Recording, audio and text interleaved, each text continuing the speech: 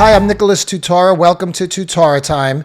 Did you see Joe Biden's press conference? It lasted an hour, but it was the longest 6 months of my life. I think, I doubt whether, maybe you did, maybe others did. I thought, many of you thought there was no possibility of my getting the plan I got passed. That press conference should also be known as the press gives Joe Biden a sponge bath. Okay. Where am I here? Let me see. Words like repulsive and depraved come to my mind. It's not every day you see someone who's committing crimes against humanity giving a press conference. The reason they're coming is that it's the time they can travel with the least likelihood of dying on the way because of the heat in the desert. Joe is doing exactly that, causing human trafficking, drug smuggling, and the destruction of American sovereignty right here on our southern border. Well, I plan on making progress on all of them. What was refreshing is Joe Biden admits he has absolutely no plan. When pressed on how it will resolve, he said, "I don't know. I can't guarantee it." He'd like to solve it, but he can't guarantee it. When pressed by a Univision reporter when the press would be allowed into these facilities, Joe said it'll be after his plan is put in place, whatever that's supposed to mean. And when asked, when will that be, Joe said, I don't know, to be clear. So that is shameful, that's disgusting, that's perverted, that's unintelligent. There's nothing good about that. But don't worry, it's not Donald Trump's sex life from 30 years ago, so it doesn't really matter. The important thing is that the majority of the people coming across the border are 16 to 17-year-old unaccompanied males, according to Joe. Vast majority of these children, 70% are 16 years old, 17 years old, and mostly males. Of all the children who are coming across the border, over 70% are either 16 or 17 years old. Not a real problem there, and you don't have to worry. You know it's safe because they've got a phone number of a relative or their mother on their wristband. The vast majority of people under the age of 18 coming to the United States come with a telephone number on a wristband or come with a telephone number in their pocket in the United States. A mother, a father, a close relative, a grandmama or grandpa. And then a verification system being put in place as of today to determine quickly whether or not that is a trafficker being called or that is actually a mom, a dad, and or a close relative. It's not like any drug cartels would abuse that, put the phone number of a sex trafficker on the kid, and then force the kid to say that's their family or else their family back in Central America will be murdered. I mean, there's no possibility that could ever happen, right, Joe? Don't worry about it. You don't know, and you're not sure. It's also really weird how Joe Biden and the Democrats, they never actually answer a question. They use words like they're focusing and God willing, and they're going to examine the problem, and they hope. But it is not my intention to stay there for a long time. People's lives are changing. So let's see what happens. Okay, and so the question here is how we go ahead and do this, what we do. There's no easy answer. How's that done? We will leave. The question is when we leave. Important point to focus on. I could do that too. Look, I'm focusing on the crisis of the border. Focus with me now. Let's all focus together on the crisis on the border because that's going to do something. That's what Joe's having a seance basically in the White House while focusing on the border. This is an absolute disgrace. And he's got those phone numbers on the kids' wrists. Maybe he'll tattoo the numbers straight onto the people. Other fascist dictators have had ideas like that in the past too. Joe also said that Mexico won't take the people back. Trying to work out now with Mexico their willingness to take more of those families back. Why are not some not going back?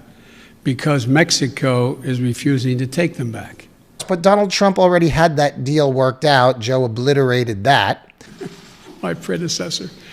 Oh, God, I miss him. you're fired. And folks, how could you possibly accept anything about COVID lockdowns anymore?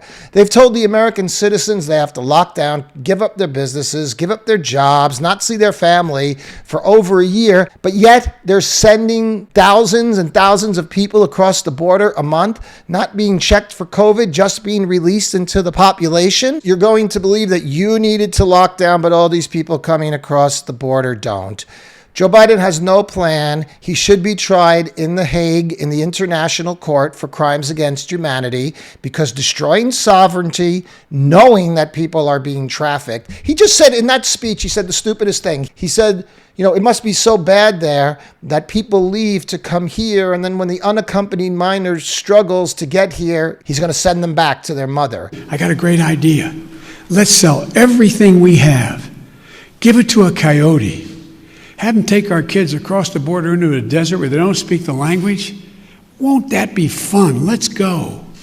His mother says that she sent her son to this country because she believes that you are not deporting unaccompanied minors like her son. That's why she sent him alone from Honduras. So, sir, you blame the last administration, but is your messaging in saying that these children are and will be allowed to stay in this country and work their way through this process encouraging families like Josel's to come? Well, look.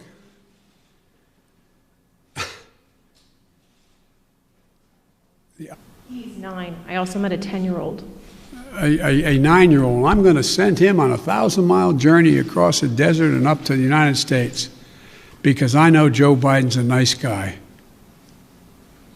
Do you want to see these unaccompanied minors staying in this country, or should they be deported eventually? Well, the judgment has to be made whether or not, in this young man's case, he has a mom at home. There's an overwhelming reason why he'd be put in a plane and flown back to his mom. He makes no sense. The guy has no idea what he's talking about. And also, he doesn't care. He doesn't have to care. If you look at his behavior towards children throughout his career, it's disgusting and perverted. And his behavior towards the children at the border is disgusting and perverted. That got you elected as a moral, decent man is the reason why a lot of immigrants are coming to this country and entrusting you with unaccompanied minors.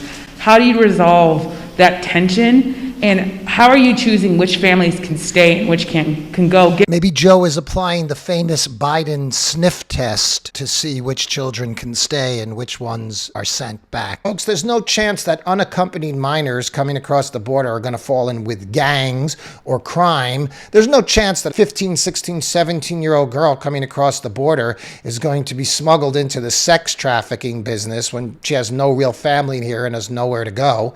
That's definitely never going to happen, Joe. And how could people have voted for that? I don't know what's worse, the idea that the elections were kind of weird or the fact that 80 million people might have voted for this guy. If you're under 20, I'm going to give you a pass if you voted for Biden because you don't really know what the world's about yet.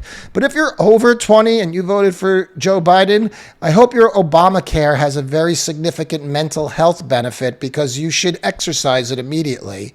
Although, on the other hand, you're only going to get some leftist weirdo telling you stuff that's not really healthy for your brain anyway. How can you go to sleep at night, people, knowing that you voted for somebody who has created a humanitarian crisis on the border?